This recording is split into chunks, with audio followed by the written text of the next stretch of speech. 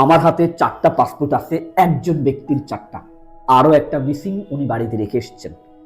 উনি হাবিব ট্রাভেলসে আগে একবার এসেছিলেন, ইনকোয়ারি করেছেন। একজন যোগ্য সম্পন্ন ব্যক্তি। আমার সামনে যতগুলো কাগজ দেখছেন, এই কাগজ সবগুলো ওনার সার্টিফিকেট।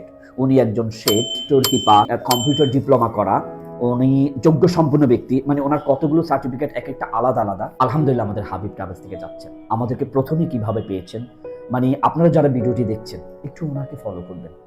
উনি কথার একটা ফাঁকে বলেছেন, আমি আলহামদুলিল্লাহ কোথাও ধোকা খাই, আমি আগে ইনকোয়ারি করি, আমি আগে দেখি, ভাবি, তারপর আসি। উনি এসেছেন। বুঝলেন আমাদেরকে প্রথমে কিভাবে পেয়েছে? আপনাকে পেয়েছি সে ভিডিওর মাধ্যমে। টিকটকে, হ্যাঁ। হ্যাঁ, তারপরে কিভাবে মনে হলো এত কষ্ট মনে হলো করে যে এত দূরে আপনাদের যাওয়া? ঢাকা বাংলাদেশে তো কাজ করতে দেয় না বা করতে পারি না।